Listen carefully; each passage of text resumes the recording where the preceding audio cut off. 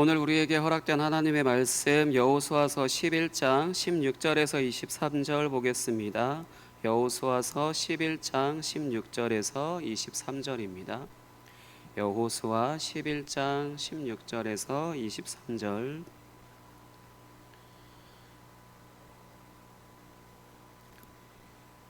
여호수아서 11장 16절에서 23절 찾으셨으면 한 목소리로 같이 읽고 마지막에는 이제 같이 읽도록 하겠습니다.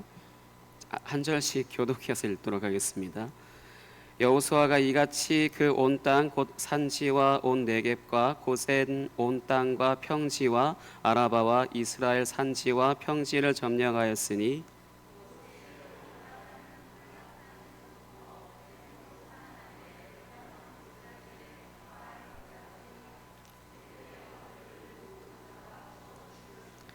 여호수아가 그 모든 왕들과 싸운 지가 오랫동안이라.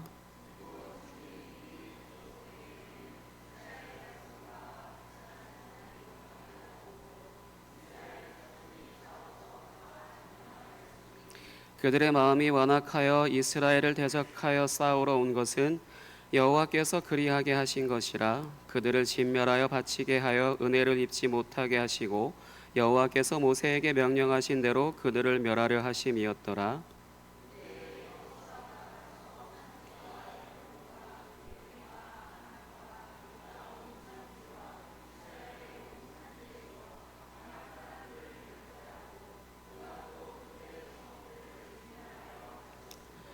이스라엘 자손의 땅에는 아낙 사람들이 하나도 남지 아니하였고 가사와 가드와 아스돗에만 남았더라.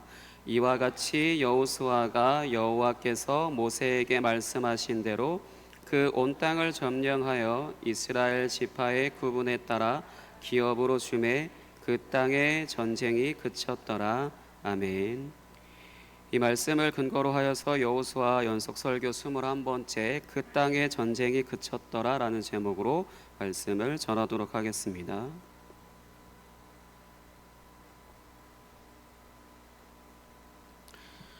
사랑하는 성도 여러분, 고집은 좋은 건가요?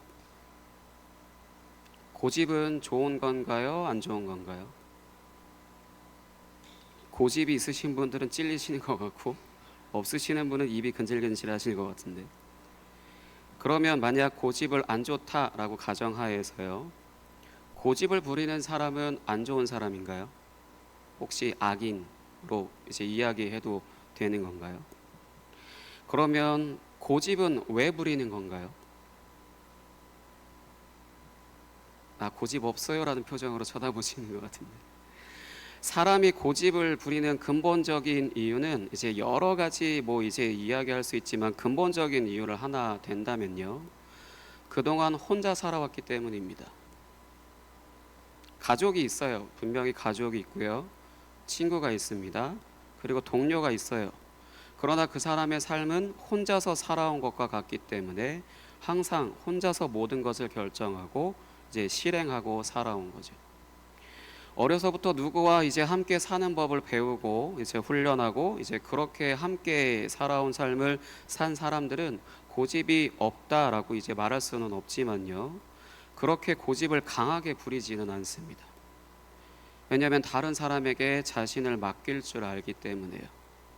하지만 고집을 부리는 사람은 다른 사람에게 자신을 맡기지 못하기 때문에, 다른 사람의 결정 또 다른 사람의 어떠한 것에 자신을 맡기지 못하기 때문에 자신의 주장을 이제 꾸준히 내세우죠.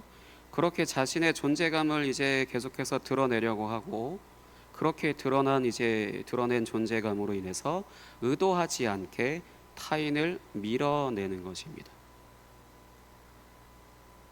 이런 사람들이 이제 하나님을 믿는 것이 불가능한 것은 아니지만 또 자신이 믿는 그 하나님으로 인해서 자신의 고집을 더욱 강화시킨다는 것이 문제라고 할 수 있습니다. 제가 지난번에 설교할 때 말씀드린 하나님의 힘이라고 하는 것을 가지고 자신의 뜻을 이루는 것에 이제 사용하기도 합니다. 그렇게 혼자서 이제 인생을 살아가는 겁니다. 그러면 마지막 이제 질문입니다. 그러면 고집이 안 좋다라고 하는데 고집을 부리지 않으려면 어떻게 해야 할까요? 고집을 부리지 않으려면 어떻게 해야 할까요? 여전히 나 고집이 없어서 모르겠는데요. 이런 표정이신 것 같은데 방법이 없습니다. 고집을 부리지 않는다라는 것은 사실 정말로 이제 방법이 없습니다. 왜냐하면 인생을 혼자서 살아온 것과 같은 이제 그런 삶을 산 사람이 기본적으로 이렇게 고집을 부리게 되는 이유는 두려움이 있기 때문입니다. 그 두려움이 있기 때문에 계속해서 이제 인생을 혼자서 살아오면서 모든 결정을 혼자서 그렇게 결정하고 행동하고 책임지고 그러면서 자기 자신을 지켜왔던 거죠. 그렇게 계속해서 두려움이 있기 때문에 그 두려움으로부터 자신을 지키기 위해서 있는 힘껏 살아가고 있는 것이라고 할 수 있고, 그 과정에 고집이라는 것이 발생하는 것이기 때문에 굳을 대로 굳어버린 굳은 살 같은 이제 고집이라는 것을 자신 스스로 부리지 않는 것은 불가능하다라고 할 수 있습니다. 간혹 자신이 조금씩 절제하거나 자기 자신이 어떻게 할 수는 있지만 근본적으로 계속해서 그 자신에게 있는 그 고집을 이제 꺾거나 할 수는 없다라는 것이죠. 그러면 성경은 이제 이러한 삶을 두고 이제 무엇이라고 말씀을 할까요? 성경은 이러한 삶을 두고 무엇이라고 말씀을 할까요? 이것은 이제 설교 이제 마지막에 이제 그 답을 드리도록 하겠습니다. 그러면 이제 본문으로 들어가서 이제 16절부터 18절의 말씀을 같이 읽고 말씀을 이어가도록 하겠습니다. 오늘 본문 16절부터 18절입니다. 본문 말씀 16절부터 18절 같이 읽겠습니다. 시작. 여호수아가 이같이 그 온 땅 곧 산지와 온 네겝과 고센 온 땅과 평지와 아라바와 이스라엘 산지와 평지를 점령하였으니 곧 세일로 올라가는 한락산에서부터 헤르몬 산 아래 레바논 골짜기의 바알갓까지라. 그들의 왕들을 모두 잡아 쳐 죽였으며 여호수아가 그 모든 왕들과 싸운 지가 오랫동안이라. 아멘. 이제 본문 말씀과 관련된 관점으로 이제 방금 읽으신 이 말씀, 이제 오늘 본문 말씀 관점으로 이제 지난 말씀들을 이제 다시 이제 요약하도록 하겠습니다. 요약할 관점은 가나안 온 지역을 정복하신 여호와 하나님이라는 관점으로 이제 다시 처음으로 가서 이제 요약을 해보도록 하겠습니다.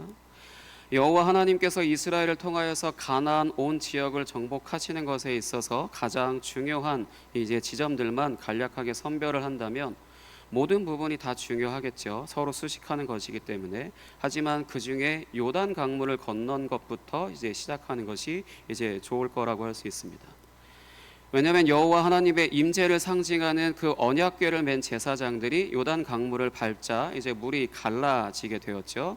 이것은 여호와께서 이제 신들의 거처라고 여겨지는 강물을 이제 여호와께서 친히 이제 발로 밟아 버리시는 것을 이제 의미하는 것이라고 이제 예전에 말씀을 드렸습니다.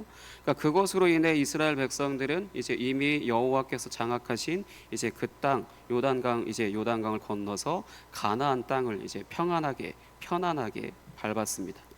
그리고 와서 다음에 이제 여호와의 군대 장관을 마주하게 되죠. 이제 이유는 이 가나안 땅이 하나님의 성소이기 때문입니다. 하나님의 성소이기 때문이에요. 에덴 동산에서 아담과 하와가 쫓겨난 후에 거기에 그룹들과 불칼을 두고 이제 그곳을 지키게 했다라고 하는 것, 그것을 이제 연상시키는 것인데, 그래서 야곱도 이제 베델의 하나님의 집이라고 하는 곳에 가게 될 때 천사와 마주치게 된 것이고, 오늘 이제 이 말씀에서처럼 여호수아도 역시 마찬가지로 가나안 땅에 들어간 후에 여호와의 군대 장관을 맞이한 것은 여기가 거룩한 하나님의 집 성소이기 때문입니다. 그리고 나서 이어서 여리고 성을 이제 정복하게 됩니다. 이때는 여호와 하나님의 임재가 이제 성을 둘러싸는 것과 같이 이제 이스라엘 백성들이 여리고 성을 이제 돌았고, 마지막에 이제 승리의 함성을 외치자 성벽이 이제 무너져 내리고 그 안에 모든 것을 헤렘하여서 여호와께 번제로 이제 바쳤습니다. 다음으로 이제 아이성은 아간의 죄로 인해서 두 번에 걸쳐서 정복을 하게 될 수밖에 없었는데, 이때 아이성을 다스리는 이제 왕을 죽여서 나무에 매달고 저녁에 이제 시체를 내려서 그 위에 돌 무더기를 쌓아서 돌 무덤을 이제 만들어 놓았습니다. 이러한 죽음은 이제 율법으로 치면 어떤 의미이냐면 여호와께 저주를 받아서 죽은 것을 이제 의미하는 것인데, 성경이 말씀하는 저주라고 하는 것은 어떤 우리가 생각하는 그런 저주가 아니라 하나님과의 언약 관계 밖으로의 추방을 이제 의미하는 것이기 때문에, 가나안 족속의 진멸 그리고 죽음은 여호와 하나님의 집 안으로 들어오지 못하는 것임을 이제 말씀하는 것이라고 할 수 있습니다. 그리고 이 아이성의 이제 왕의 이 죽음이요, 이 아이성의 왕의 이러한 죽음은 이후에 가나안 온 지역에 공통적으로 적용되는 것입니다. 그러니까 이와는 달리 라합은 여호와 하나님을 경외하는 신앙 고백을 하죠. 신앙 고백과 그리고 정탐꾼들에게 베푼 은혜로 인해서 대속적인 이제 구원을 받게 되어서 하나님과의 언약 관계 그 안으로 들어가게 되고, 기브온 족속도 이제 비록 거짓으로 이제 조약을 맺었으나 생명만은 이제 보존하여서 나중에 바벨론 포로기 이후에 하나님과의 언약 관계 안으로 온전히 편입되게 됩니다. 성경은 이 모든 것을 이제 여호와께서 모세에게 이제 말씀하신 것을 모세가 여호수아에게 명령하였고, 여호수아는 이제 그대로 행하였다라고 이제 기록을 하죠. 여호와께서는 이 모든 것을 거룩하게 구별하라고 명령하신 것이라고 할 수 있습니다. 이스라엘 백성들은 이제 그 안에 들어가는 것이고, 하나님과의 언약 백성들은 그 안에 들어가는 것이고, 그 밖에 있는 자들은 이제 밖으로 이제 밀어내는 것이죠. 근데 그 이유를 이제 신명기 7장 4절로 이제 확인해 보도록 하겠습니다. 왜 이렇게 거룩하게 구별하라고 명령하신 건지.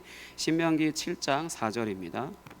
신명기 7장 4절 스크린을 참고하시고요. 신명기 7장 4절 같이 읽겠습니다. 시작. 그가 내 아들을 유혹하여 그가 여호와를 떠나고 다른 신들을 섬기게 함으로 여호와께서 너희에게 진노하사 갑자기 너희를 멸하실 것임이니라. 아멘. 그러니까 가나안 땅은 이제 다양한 이제 이방 신을 섬기는 지역이었기 때문에 그 사람들을 이제 그대로 이제 살려둔다라면은 여호와가 아닌 다른 신을 섬기게 될 것을 아셨기 때문에 그들을 헤렘 진멸하라고 이제 하신 것입니다.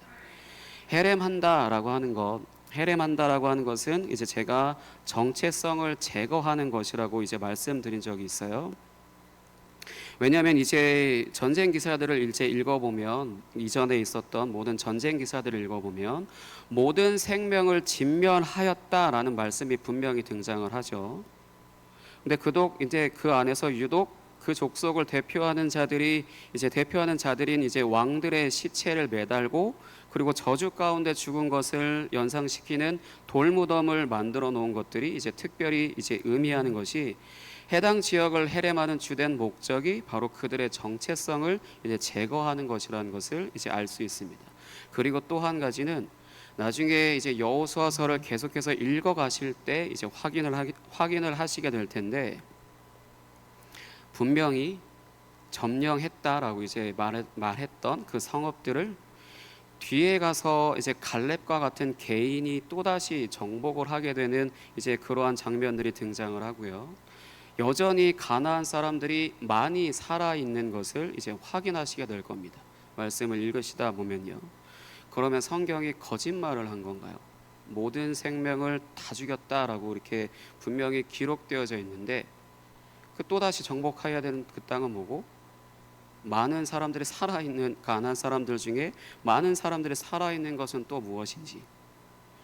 성경이 거짓말을 한 것이라고 말할 수는 없고요. 애초에 이제 헤렘하여서 모든 생명을 진멸했다라고 하는 표현이 가나안의 모든 사람을 무참히 살육하여서 그들의 시체가 온 땅에 이제 산을 이루듯 이제 쌓여 있는 것을 보고하듯이 말씀한 것이 아니라는 것을 이제 말씀하는 것이라고 할 수 있습니다.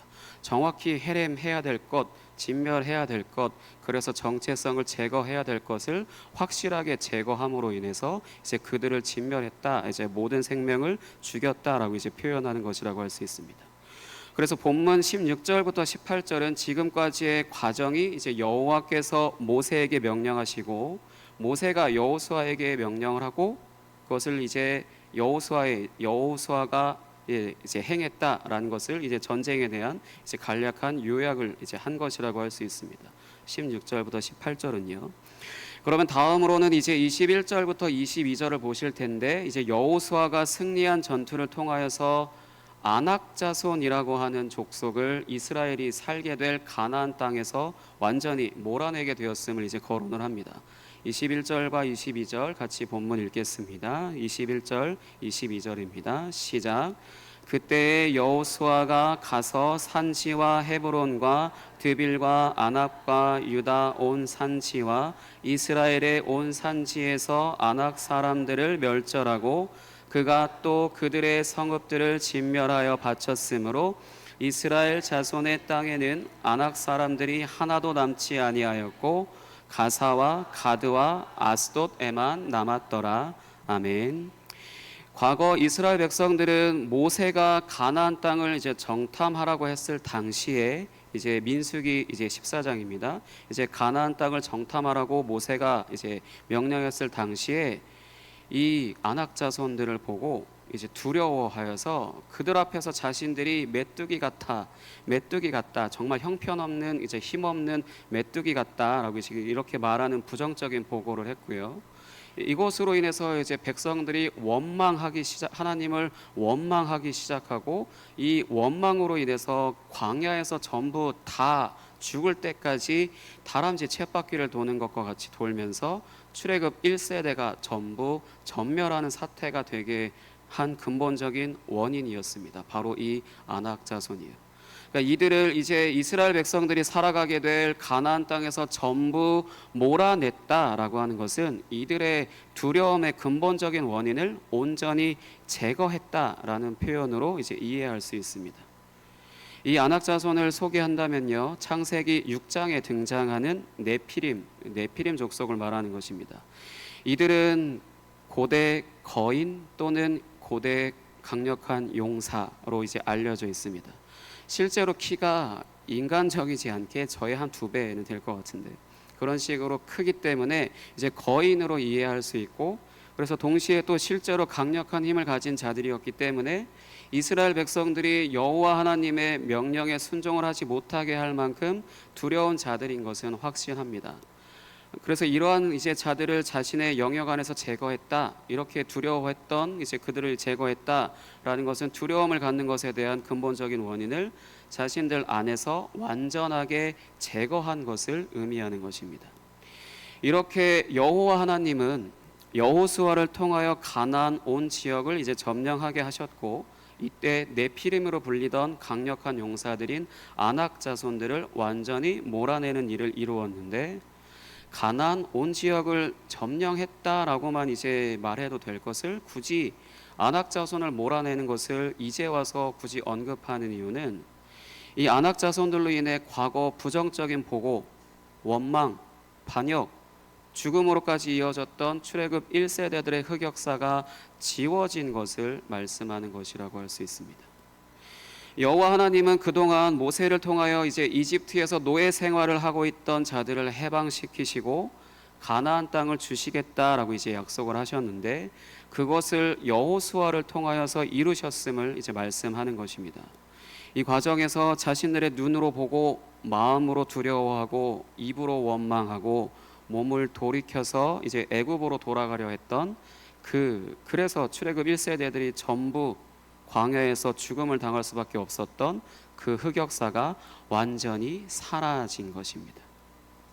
이것이 중요한 이유는요, 오늘 본문 이후로 이제 간간히 점령되지 않은 이제 그 땅을 개인이나 특정 지파가 이제 정복하는 내용들은 간간히 등장을 합니다.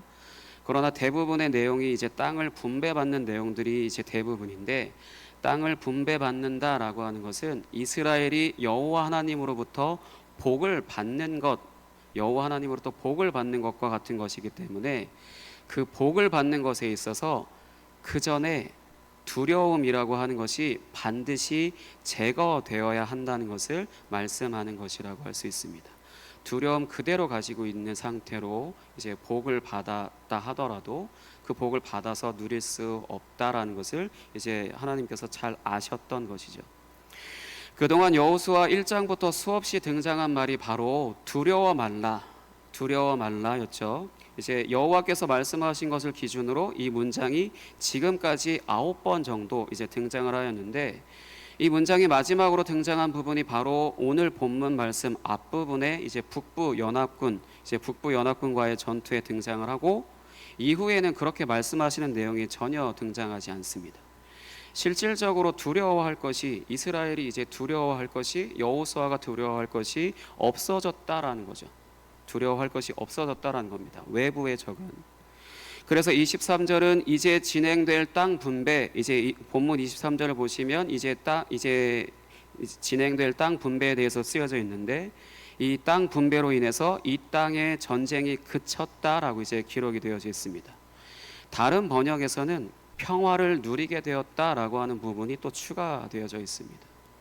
그러니까 단순히 전쟁이 끝난 것을 넘어서 이제 이스라엘의 복이 임하여서 그 땅에 평화가 찾아왔다라는 것입니다. 여호와께서 약속하신 그 안식을 누리게 하셨다라는 거죠. 그리고 이제 마지막으로 중요한 내용이 바로 19절과 20절입니다. 본문 19절부터 20절 같이 읽도록 하겠습니다. 19절과 20절입니다.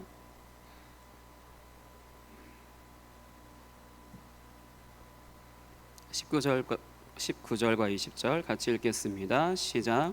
기브온 주민 히위 족속 외에는 이스라엘 자손과 화친한 성읍이 하나도 없고 이스라엘 자손이 싸워서 다 점령하였으니 그들의 마음이 완악하여 이스라엘을 대적하여 싸우러 온 것은 여호와께서 그리하게 하신 것이라. 그들을 진멸하여 바치게 하여 은혜를 입지 못하게 하시고 여호와께서 모세에게 명령하신 대로 그들을 멸하려 하심이었더라. 아멘. 이스라엘이 가나안을 점령할 수 있었던 가장 중요한 이유를 이제 말씀하는 구절이라고 할 수 있습니다.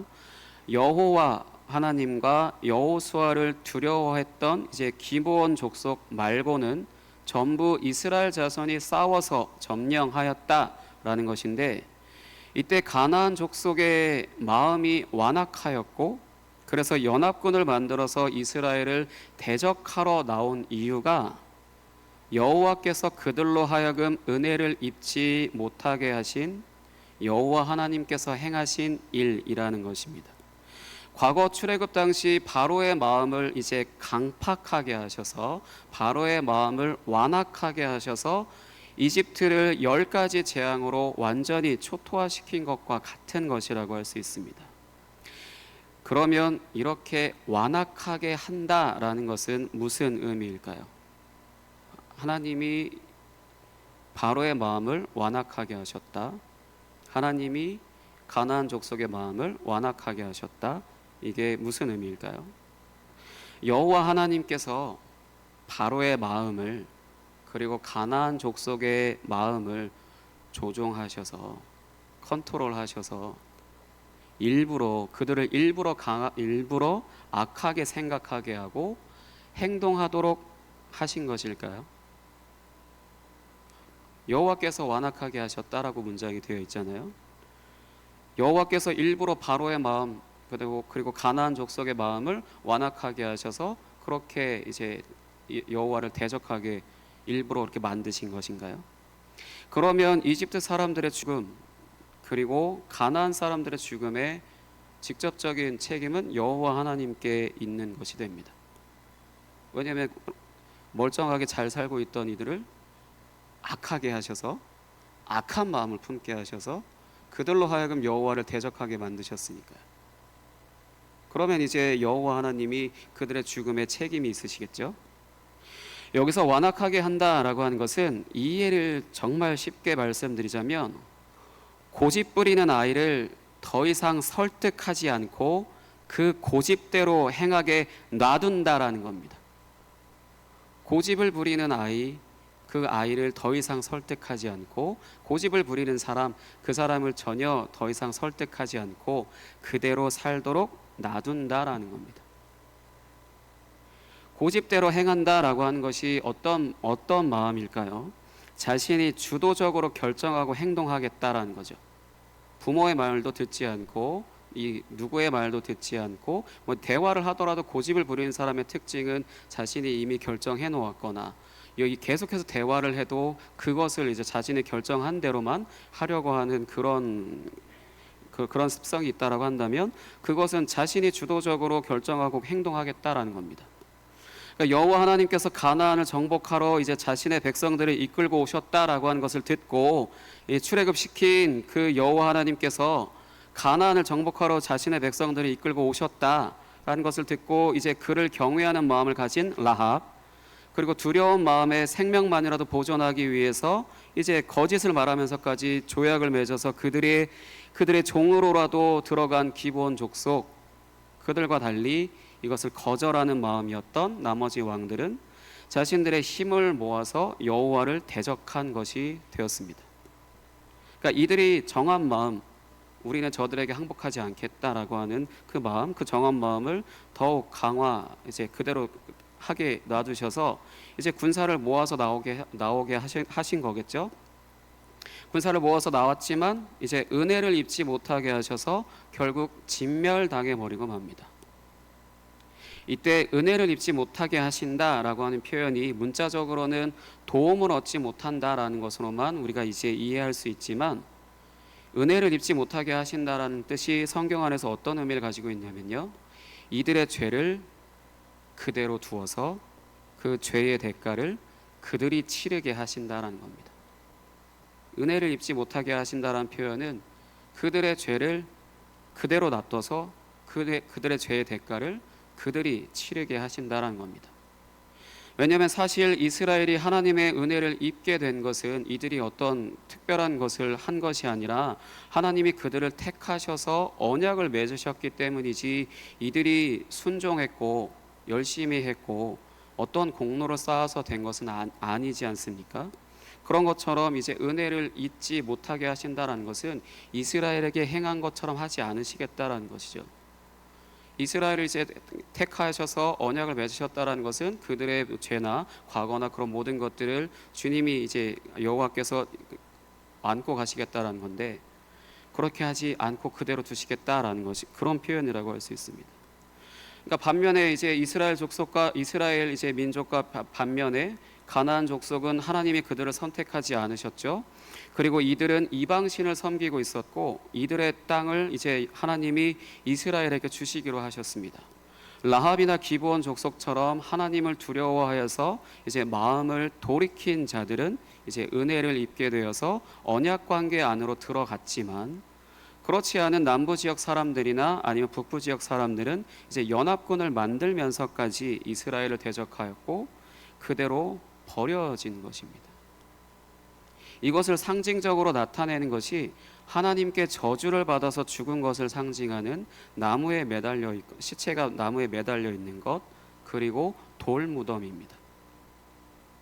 그러니까 정리한다라고 한다면 여호수아가 점령한 땅은 순전히 여호와께서 자신의 성소로 정하신 가나안을 거룩하게 이제 구별하는 행위라고 할 수 있고요. 이렇게 점령한 땅에 이제 자신들의 1세대들이 불순종하여서 광야에서 전멸하게 만든 두려움의 대상인 아낙 자손들을 이제 그 땅에서 몰아내어서 그 땅에 이제 샬롬인 평화가 이제 임하게 되었다는 것을 이제 알 수 있는데, 이 과정에 여호와께서는 자신을 대적하는 마음을 가진 가나안 족속들을 자신들의 고집대로 행하게 하셔서 여호와께 속한 라합이나 기브온 족속과 같이 되지 않게 하시고, 자신들의 죄의 대가를, 자신들의 결정의 대가를 자신들이 치르게 하시는 방법으로 그들이 멸망하게 하셨다라는 것을 알 수 있습니다. 이것을 통하여서 알 수 있는 것은 여호와께서 자신의 집으로 삼으시는 성소 그 안에서 하나님의 임재 안에 거하게 되는 자들은 여호와께 은혜를 입어서 이제 하나님과의 언약을 맺을 때 그들의 죄를 덮어주시는 은혜를 입은 자들인 것을 알 수 있고, 반면에 그렇지 않은 자들은 자신의 마음의 생각대로 행하는 자들이라 할 수 있는데, 그래서 은혜를 입지 못하여서 자신들의 죄가 자신들에게 그저 있기 때문에 그 죄로 인하여서 이제 성소 안에 들어가지 못하고 밖으로 버려진 자들인 것을 알 수 있습니다. 그리고 하나님의 성소 안에서 사는 자들, 하나님의 성소 안에서 살게 된 자들은 그들의 두려움의 근원이 되는 것에서 완전히 해방되는 것을 이제 경험하게 되는데, 성경 안에서 이 두려움에서 해방된다라고 하는 것은 단순히 심리적인 공포에서 벗어나는 것을 말하는 것이 아니라 하나님의 온전한 다스림 안에 거한다라는 것을 의미하는 것입니다. 이것이 본문에서는 두려움을 상징하는 아낙 자손이 이스라엘이 거하는 땅에서 완전히 쫓겨난 것으로 이제 표현되어져 있습니다. 여호수아를 통하여 가나안 온 지역을 정복한 것은 이제 가나안 온 지역을 헤렘하여서 이제 성소로서 거룩하게 하는 것이라고 할 수 있고, 이 거룩한 성소에는 하나님의 임재가 거하시기 때문에 이제 샬롬이 임하는 것이라고 할 수 있습니다. 이러한 샬롬을 온전히 누리기 위해서는 반드시 두려움이라는 것이 제거되어야만 이제 하는 것 또한 이제 보여주고 있습니다. 여기까지가 여호와 하나님께서 여호수아를 통하여 가나안 성소를 이제 거룩하게 하셔서 가나안 땅에 이루신 평화라고 할 수 있고요. 이러한 방식과 동일하게 우리가 보고 있는 성경은, 신약 성경은 참 성소이신 예수 그리스도를 통하여서 온 열방에 평화가 임하게 되셨다라는 것을 이제 기록을 하십니다. 이제는 이것에 대해서 또 살펴보도록 하겠습니다. 구약 성경으로 확인해 보도록 하겠습니다. 이사야 6장 9절에서 10절입니다. 이사야 6장 9절과 10절.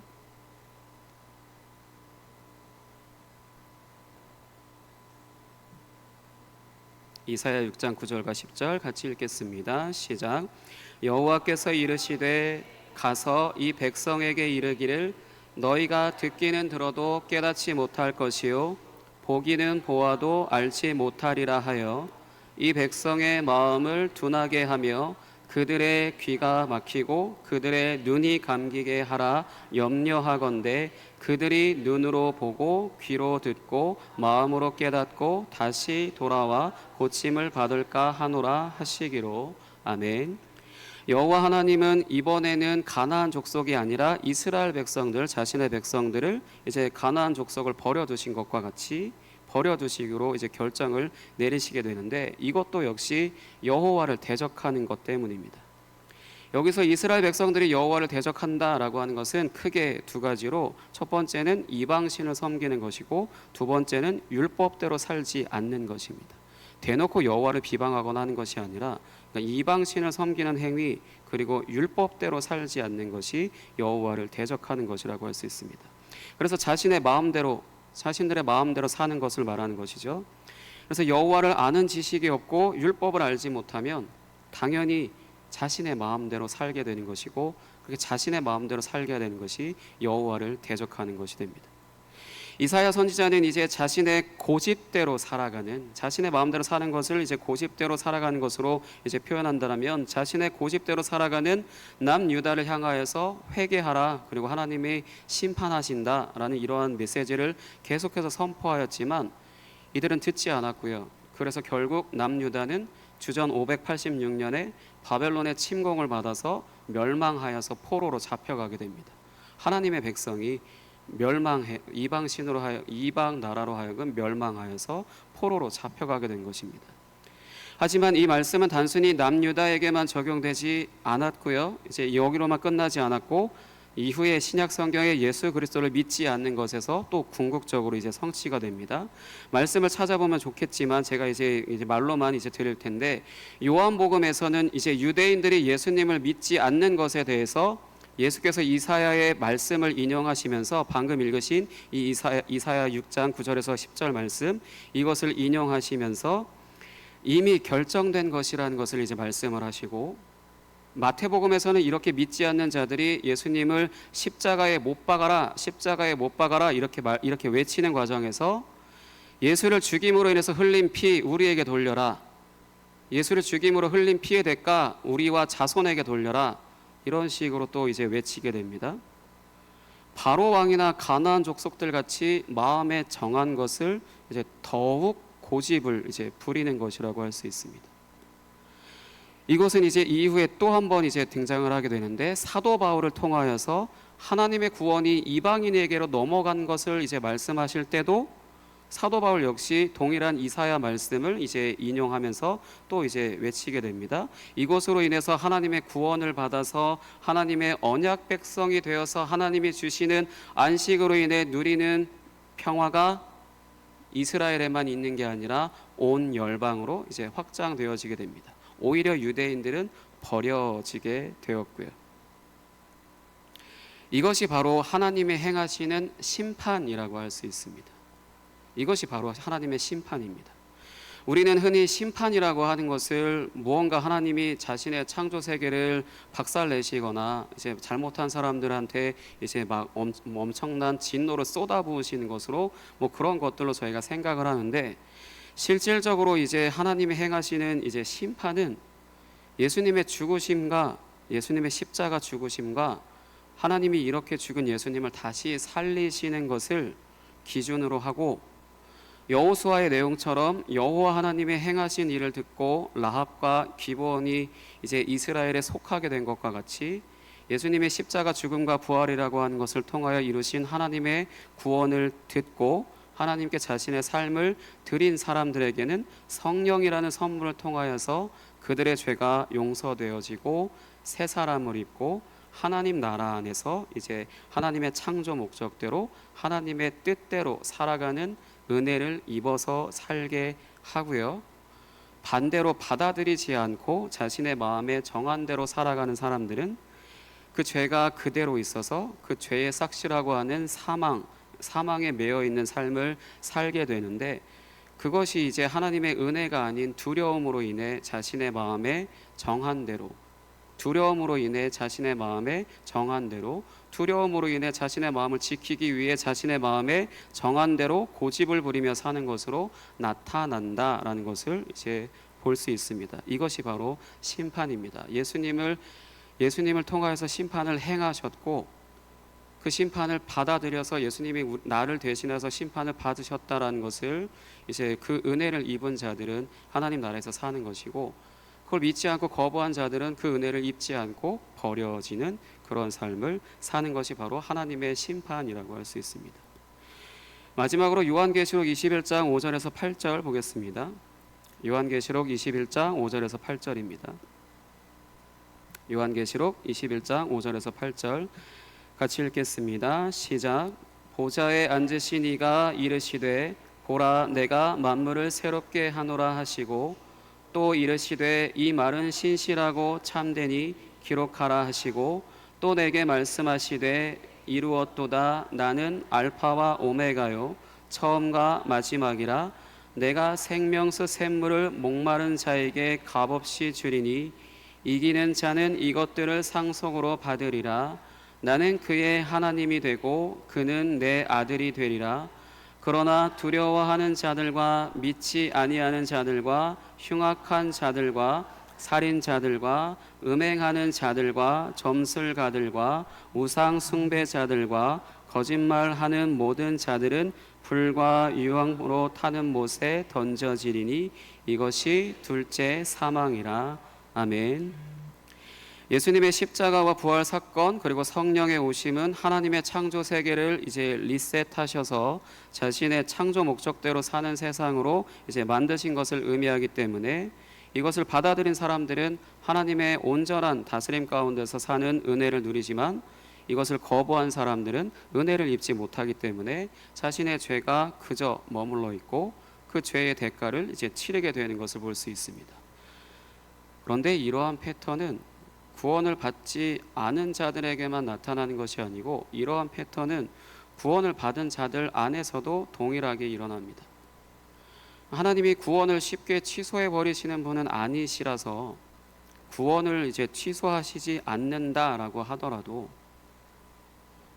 주 안에서 살아가면서도 하나님의 뜻대로 살아가지 않고 자신의 뜻을 고집을 부린다라면은 은혜의 손길을 그에게서 거두시기도 합니다. 은혜의 손길을 그에게서 거두어 버리시기도 합니다. 생사화복을 하나님이 다 주관을 하시죠.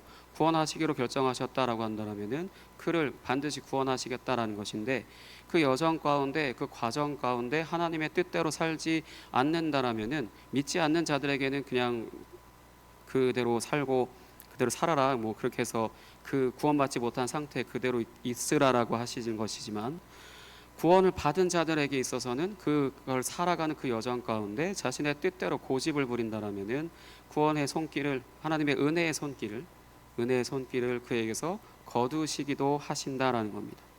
그래서 그 고집대로 살게 하셔서 자신의 결정한 것에 대한 책임을 본인이 지게 하신다라는 것입니다.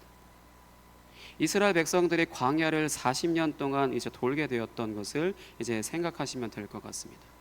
비록 하나님의 구원을 받았다라고 하더라도, 그래서 이제 내가 이제 죽어서 천국에 갈 수 있게 되었다라고 하더라도, 그 과정 가운데 하나님의 뜻대로 계속해서 신실하게 주님을 따르는 그러한 삶을 살지 않으려고 거부하고 있다라면은 어느 순간 하나님은 은혜의 손길을 거두시기 때문에 우리의 삶에 있어서 우리의 책임, 우리가 하는 모든 것들에 대한 책임은 내가 짓도록 이제 하시는 것이죠. 그래서 고난의 시간들을 우리에게 허락하시는 거고, 광야를 40년을 도는 것처럼 그렇게 돌면서 결국은 이제 하나님만이 나의 구원이십니다 라는 그 고백을 가지고 나의 삶을 그분께 맡기게 되는 그러한 삶의 자리에 오게 되기까지 그대로 이제 놔두신다라는 겁니다. 성경적으로 고집을 부리는 삶이라고 하는 것은, 그것이 하나님이 됐든 사람들 사이에서든 결국 아직 하나님의 온전한 다스림 안으로 들어오지 못하였다라는 것을 이제 의미하는 것이라고 할 수 있습니다. 하나님 앞에서 바르게 살아가고 있지 못하다라는 것이죠. 하나님께 고집을 부리고 있든 아니면 사람들 사이에서 고집을 부리고 있든 어쨌든 이제 하나님 앞에서 바르게 살아가고 있지 못하다라는 것입니다. 왜냐하면 성경은 우리가 공동체를 이루어서 하나님의 뜻을 이루며 잘 살아가는 것을 해방이라고 이제 말씀을 하시고요. 그런 공동체인 교회를 통하여서 하나님 나라의 삶을 사는 것을 말씀하시기 때문에 아직 성경적인 온전한 구원을 이루고 다스림을 받는다고 말할 수 없는 것입니다. 사랑하는 성도 여러분, 예수님의 십자가 사건과 부활 그리고 성령의 오심을 통하여서 여러분들의 굳은 마음이 제하여지고 부드러운 마음으로 변화되어서 하나님과 이웃 모두를 사랑할 줄 아는 온전한 구원과 다스림 안에 거하시길 예수 그리스도 이름으로 축복합니다. 이 시간 함께 같이 기도하겠습니다.